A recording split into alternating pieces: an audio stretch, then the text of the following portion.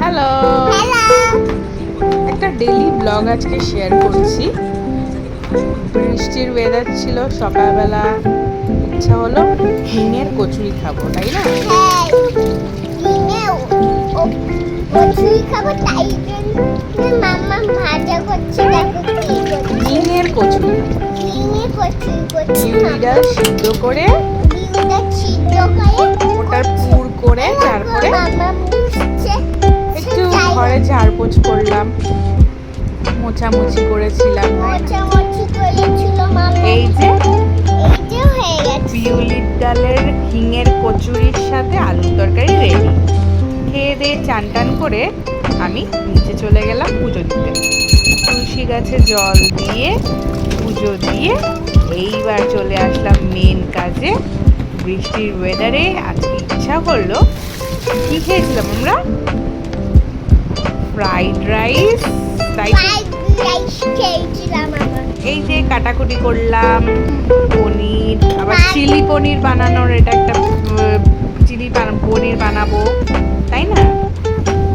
এই যে গরম জলটাকে ফুটিয়ে রেখেছিলাম, তারপরে গরম জলটাকে ফুটিয়ে চাল, তেজপাতা, গোটা গরম মশলা সব দিয়ে ঘি, নুন, তেল দিয়ে চালটাকে ভালো করে ফুটাতে লাগলাম। আর পনিরের জন্যে পিউরে করেছিলাম, টমেটো গ্রাইন্ড করেছি, আর পনিরগুলোকে কেটে কর্নফ্লাওয়ার, গোলমরিচ, হলুদ, নুন, লঙ্কার গুঁড়ো এগুলো দিয়ে সব কিছু করেছিলাম। কি করেছিলাম বলো? এই যেটা কি বানাচ্ছি? চিলি পনির। চিলি পনির বানাচ্ছি। আর দেখ মাম্মাম করছে, বাবেট করছে না। বাবেট তো পাতা আনতে গেছে। পাতা লাগাবে না, তাই জন্য পাতা না, গাছ আনেছে। গাছ এনেছে, গাছগুলো লাগাবে না, তাই জন্য আনছে। নিরামিষ ছিল সোমবার, তাই পেঁয়াজ রসুন ছাড়া আমি চিলি পনিরটা করেছিলাম। তোমরা ট্রাই করে দেখতে পারো। কর্নফ্লাওয়ার দিয়ে যেরকম গোলমরিচ, লঙ্কার গুঁড়ো সব কিছু কর্নফ্লাওয়ার দিয়ে ম্যারিনেট করে পনিরটাকে ভেজে টমেটোর পেস্ট বানিয়ে, তারপরে তেলের মধ্যে একটু কালি জিরা, শুকনো লঙ্কা, ক্যাপসিকাম সব কিছু দিয়ে, লঙ্কা দিয়ে টমেটোর পিউরেটা দিয়ে দিলাম।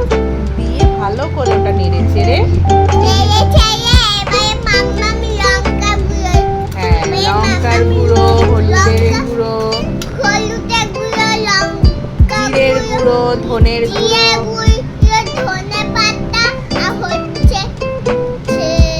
গোলমরিচ,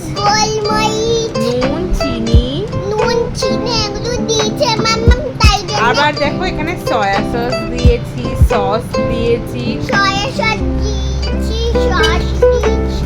ভালো করে ওটাকে কষিয়ে,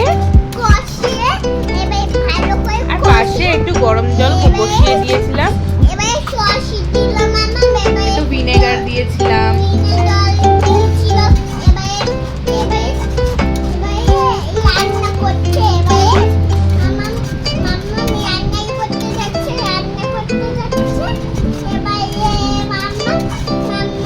এই যে সবকিছু কষিয়ে টষিয়ে এবার আমি দিয়ে দেবো পনিরটা। এই যে পনিরটা দিয়ে দিলাম। পানিটা দিয়ে কষিয়ে টষিয়ে পাশে গরম জল করে রেখেছিলাম, গরম জল দিয়ে একটু ফুটিয়ে দিয়ে দিয়েছিলাম। আর লাস্টে নামানোর আগে কর্নফ্লাওয়ার যেটা মেখেছিলাম যে বাটিটার মধ্যে, ওর মধ্যে একটু কর্নফ্লাওয়ার ছিল, একটু ঠান্ডা জল দিয়ে গুলে কর্নফ্লাওয়ার, গোলমরিচ দিয়ে চিলি পনিরটা আমি নামিয়ে ফেললাম। আর এখন আমি করছি কি, এটাও আমি নিরামিষ করেছিলাম, পুরো ভেজ নিরামিষ একদম করেছিলাম। গাজর, বিনস, ক্যাপসিকাম, একটু কাজু, কিশমিশ সবকিছু দিয়ে একটা ফ্রাইড রাইস করেছিলাম, দেরাদুন রাইস দিয়ে। আর এখন করছি কি, আলুর দম।